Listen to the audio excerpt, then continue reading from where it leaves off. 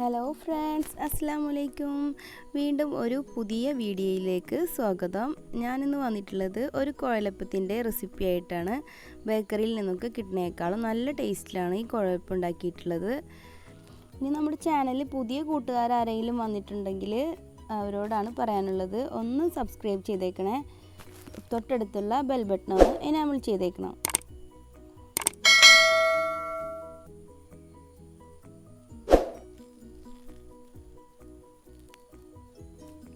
ഞാനൊരു മുറി തേങ്ങ ചിരകിയിട്ട് എടുത്ത് വെച്ചിട്ടുണ്ട്. ഒരു 5-6 ചുവന്നുള്ളിയില്ലേ, അത് എടുത്ത് വെച്ചിട്ടുണ്ട്. പിന്നെ ചെറിയ അല്ലിയായിട്ടുള്ള ഈ വെളുത്തുള്ളി ഉണ്ടല്ലോ, ഒരു 4-5 അല്ലി വെളുത്തുള്ളി എടുത്ത് വെച്ചിട്ടുണ്ട്. പിന്നെ ഞാനിവിടെ ഒരു കപ്പ് വറുത്ത പൊടിയില്ലേ, അതിവിടെ എടുത്ത് വെച്ചിട്ടുണ്ട്. പിന്നെ അതിലേക്ക് ആവശ്യമുള്ള കുറച്ച് കരിഞ്ജീരകം മാറ്റി വെച്ചിട്ടുണ്ട്. പിന്നെ കുറച്ച് ചെറിയ ജീരകം എടുത്ത് വെച്ചിട്ടുണ്ട്. ഇനി ഇത് നമുക്ക് ഈ തേങ്ങാക്കൂട്ടൊക്കെ ഒന്ന് അരച്ചിട്ട് വരാം. ഇതിനായിട്ട് നമുക്കൊരു ജാർ എടുക്കാം. ഇതൊക്കെ ഈ തേങ്ങ, വെളുത്തുള്ളി, ചുവന്നുള്ളി, അതുപോലെ ചെറിയ ജീരകം, അത് മാത്രം ഈ ജാറിലോട്ടൊന്ന് ഇട്ട് കൊടുക്കാം. എന്നിട്ട് നല്ലപോലെ നന്നായിട്ട് അരക്കൊന്നും വേണ്ട, ഒന്ന് ഒതുക്കിയെടുത്താലും മതി. ഒന്ന് മിക്സ് ആവണമെന്നേ ഉള്ളൂ. ഒന്ന് ഒതുക്കിയെടുത്തിട്ട് നമുക്ക് വരാം. വെളുത്തുള്ളിയുടെ ചുവ നിങ്ങൾക്ക് ഇഷ്ടമില്ല എന്നുണ്ടെങ്കിൽ സ്കിപ്പ് ചെയ്യാം കേട്ടോ. നിങ്ങൾക്ക് ചുവന്നുള്ളിയും ജീരകവും മാത്രം ഇട്ടിട്ട് ഒന്ന് അരച്ചെടുത്ത് വന്നാൽ മതി.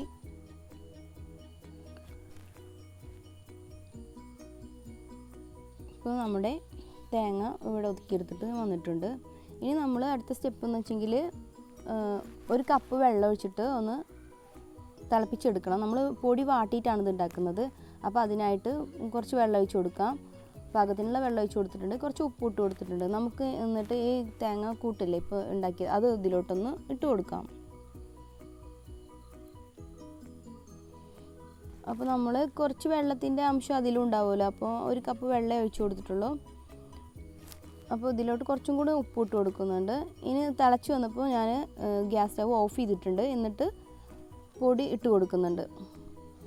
പൊടി എനിക്ക് അല്പം കുറവായിട്ട് തോന്നി. എന്താണെന്ന് വെച്ചെങ്കിൽ മറ്റേത് ആ തേങ്ങ അരക്കുമ്പോൾ കുറച്ച് വെള്ളം ചേർത്തിട്ടുണ്ടായിരുന്നല്ലോ, അപ്പോൾ കുറച്ചുകൂടെ ഞാനൊരു പാത്രം കൂടി പൊടി ഇട്ട് കൊടുത്തിട്ടുണ്ട്. മൊത്തം 1 പാത്രമാണ് ഞാൻ ഉപയോഗിച്ചിട്ടുള്ളത്. അപ്പോൾ നമുക്ക് ഏകദേശം ഒരുപോലെ നല്ലപോലെ കിട്ടിയിട്ടുണ്ട്. ഗ്യാസ് സ്റ്റവ് ഓഫ് ചെയ്തിട്ടാണ് പൊടികളൊക്കെ ഇട്ട് കൊടുത്തത്. ഇനി ഞാൻ ബാക്കി ഇവിടെ കരിജീരകം ഇട്ട് കൊടുക്കാനുണ്ടായിരുന്നു, അത് ഒന്ന് ഇട്ട് കൊടുക്കുന്നുണ്ട്. ഇനി നമുക്ക് ചൂടാറുന്നതിൻ്റെ മുന്നേ തന്നെ ഒന്ന് കുഴച്ചെടുക്കണം. അധികം വെള്ളം കൂടാനൊന്നും പാടില്ല, അപ്പോൾ നമുക്ക് പൊട്ടിപ്പോവും. കുഴക്കുന്നിടത്താണ് കുഴലപ്പത്തിൻ്റെ ഒരു നന്നായിട്ട് കിട്ടുന്ന നന്നായിട്ട് കുഴച്ചെടുത്താൽ മാത്രമേ നമുക്ക് നല്ലതായിട്ട് കിട്ടുള്ളൂ.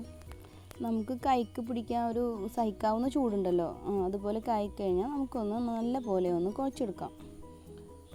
പിന്നെ വറുത്ത പൊടി തന്നെ എടുക്കണം.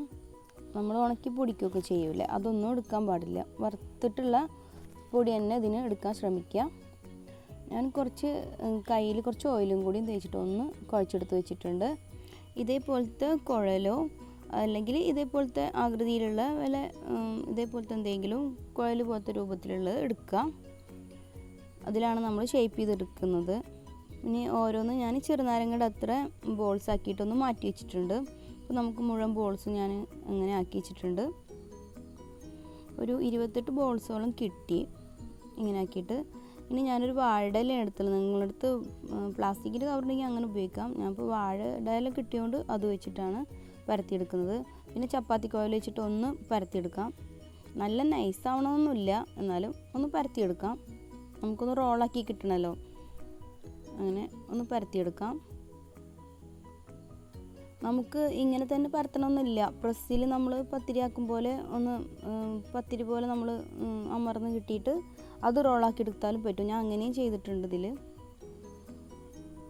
പിന്നെ കണ്ടില്ലേ, ഇങ്ങനെ വെച്ചിട്ട് നമുക്ക് ഒന്ന് ജസ്റ്റ് ഒന്ന് ഷേപ്പാക്കി എടുക്കാം. കുഴലുമ ഒന്ന് ചുറ്റിയെടുക്കാം. കുഴലുമ ചുറ്റിയെടുക്കുമ്പോൾ ഒരു കാര്യം ശ്രദ്ധിക്കണം, 2 ലെയറായിട്ട് ഇങ്ങനെ കിട്ടുന്ന രീതിയിൽ വേണം റോളാക്കാൻ. അല്ലെങ്കിൽ നമ്മൾ പൊരിക്കുമ്പോൾ നമുക്കത് അമർന്നു പോവും. ഒരു ബലത്തിന് വേണ്ടിയിട്ട് അത്യാവശ്യം ഒരു 2 ലെയറായിരിക്കാൻ നമ്മൾ മടക്കുമ്പോൾ ഒന്ന് ശ്രദ്ധിച്ചാൽ മതി. എന്നിട്ട് ആ കുഴലുമ്പോൾ നമ്മൾ എണ്ണ തേക്കണം കേട്ടോ, ഞാൻ പറയാൻ വിട്ടതാണ്. കുഴലുമ്പോൾ എണ്ണ തേക്കണം, അല്ലെങ്കിൽ നമുക്കത് ഊരിയാൽ കിട്ടില്ല. എന്നിട്ട് വെല്ലം അങ്ങോട്ട് ഊരിയാൽ അത് നമുക്ക് കിട്ടും. കണ്ടില്ലേ, നമുക്ക് കിട്ടിയിട്ടുണ്ട്. നമ്മൾ മുഴുവനും ഇതേപോലെ ഒന്ന് ഉണ്ടാക്കിയെടുക്കണം. ഇത് മുഴുവൻ ഇതിങ്ങനെ ഉണ്ടാക്കിയെടുക്കണം എന്നുള്ളൊരു റിസ്ക്കേ ഉള്ളൂ. പൊരിക്കാനൊക്കെ നമുക്ക് ഈസി ആയിട്ട് പറ്റും. അങ്ങനെ നമുക്കിതൊക്കെ ഒന്ന് ഇങ്ങനെ ആക്കിയെടുക്കാം, ഷേപ്പ് ചെയ്തെടുക്കാം.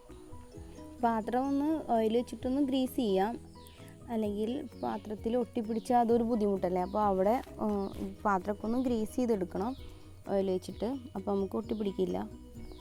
മുഴുവനും അതേപോലെ ഒന്ന് പരത്തിയെടുക്കുന്നുണ്ട്.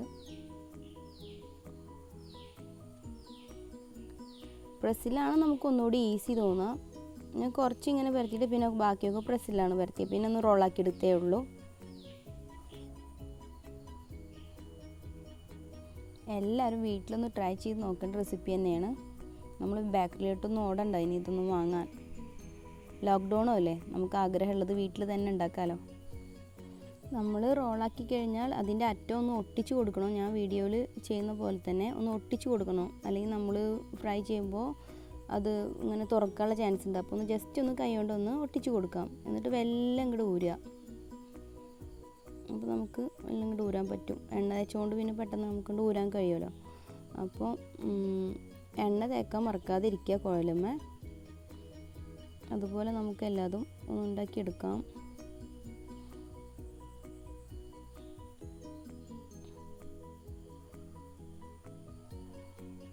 കണ്ടില്ലേ, നമുക്ക് നല്ലപോലെ ഒട്ടിച്ചിട്ട് ഇങ്ങോട്ട് ഊരിയെടുക്കാം.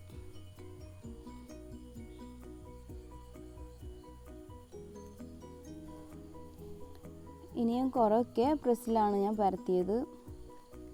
പ്രസ്സിൽ പരത്തുമ്പോൾ നമുക്കിങ്ങനെ ചപ്പാത്തി കോലുകൊണ്ട് ഇങ്ങനെ പരത്തേണ്ട ആവശ്യമില്ലല്ലോ, അത്യാവശ്യമൊക്കെ ഒന്ന് പരന്ന് കിട്ടുമല്ലോ. അപ്പോൾ അങ്ങനെ ഞാൻ പ്രസ്സിൽ പരത്തിയിട്ടാണ് പിന്നെ ഒന്ന് റോളാക്കി എടുത്തത്.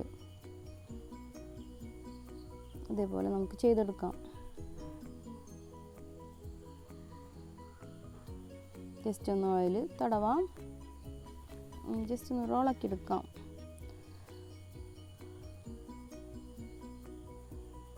അത്രയൊന്നും നീളം കിട്ടിയില്ലെങ്കിലും കുഴപ്പമൊന്നുമില്ല. നമ്മൾ പരത്തുമ്പോൾ ഒന്നുകൂടെ നീളം കിട്ടും. പ്രസ്സിലാവുമ്പോൾ കുറച്ചൊരു വട്ടത്തിലല്ലേ കിട്ടുമോ. അങ്ങനെ ഞാൻ മുഴുവനും അങ്ങനെ ആക്കി വെച്ചിട്ടുണ്ട്. കണ്ടില്ലേ, പത്തിരി പരത്തുന്ന ഒരു അത്ര പണി തന്നെ ഉള്ളൂ. പിന്നെ ഇനി നമുക്കതൊക്കെ ഒന്ന് ഫ്രൈ ചെയ്തെടുക്കാം. ഓയിൽ ഒഴിച്ചു കൊടുത്തിട്ടുണ്ട്. ഒരു കുഴിയുള്ള പാത്രം എടുത്തിട്ടുണ്ട്. അതിൽ കുറച്ച് അധികം ഓയിൽ ഒഴിച്ചു കൊടുക്കാം. മുങ്ങിക്കിടന്ന് വേവുന്ന രീതിക്കുള്ള ഓയിൽ ഒഴിച്ചു കൊടുക്കണം. ട്രയലിനിട്ടതായിരുന്നു, ശരിയായിട്ടുണ്ട്. നമ്മൾ കോയിൽ അതില്ലേ, അത് ഇട്ട പാടെ തന്നെ നമ്മളത് മറിച്ചിടരുത്. അത്യാവശ്യം ഒന്ന് ബ്രൗൺ ആയാലാണ് മറിച്ചിടാൻ പാടുള്ളൂ, അല്ലെങ്കിൽ നമുക്കത് പെട്ടെന്ന് അത് തുറന്നു പോകും. അതൊന്ന് കണ്ടില്ലേ, ഈ പരുവായാലും ഒന്ന് മറിച്ചിടാൻ പാടുള്ളൂ. അതിൻ്റെ മുന്നേ നമ്മൾ അടി ഒന്ന് ഇളക്കൊന്നും ചെയ്യരുത്. അപ്പോൾ അതിനൊന്ന് ബ്രൗൺ കളർ ആവണമെന്ന് വരെന്ന് ഇടുക. ഫ്രൈ ചെയ്തിടത്തും ഒന്ന് ശ്രദ്ധിക്കണം. നമ്മളൊന്ന് ക്ഷമയോട് കൂടിയിട്ട് ഒന്ന് മറിച്ചിട്ട് കൊടുത്തിട്ട് ഒന്ന് ബ്രൗൺ കളർ ആയി കഴിഞ്ഞാൽ നമുക്കൊന്ന് കോരിയെടുക്കാം. 2 വീതം 3 വീതമൊക്കെ ഇടാം. ഞാൻ അങ്ങനെ തന്നെ ഫ്രൈ ചെയ്തെടുത്തത്. നമ്മൾ പാത്രത്തിനനുസരിച്ച് ഒന്ന് ഇട്ട് കൊടുത്തിട്ട് നമുക്കൊന്ന് ഫ്രൈ ചെയ്തെടുക്കാം. എല്ലാവർക്കും വീഡിയോ ഇഷ്ടമായെന്ന് വിചാരിക്കുന്നു. എല്ലാവരും ഇത് കണ്ടിട്ട് വീട്ടിലൊന്നും ഉണ്ടാക്കിയിട്ട് എന്നെ ഫീഡ്ബാക്ക് അറിയിക്കണം. സംശയമുള്ളവർ കമൻറ്റ് ചെയ്ത് ചോദിക്കണം. ഇതിലെന്തെങ്കിലും സംശയം തോന്നിയിട്ടുണ്ടെങ്കിൽ കമൻറ്റ് ചെയ്ത് ചോദിക്കുക, ഞാൻ റിപ്ലൈ തരുന്നതാണ്. അങ്ങനെ മുഴുവനും നമ്മൾ ഇതേപോലെ ഒന്ന് ഫ്രൈ ചെയ്തിട്ട് എടുത്തു വെച്ചിട്ടുണ്ട്.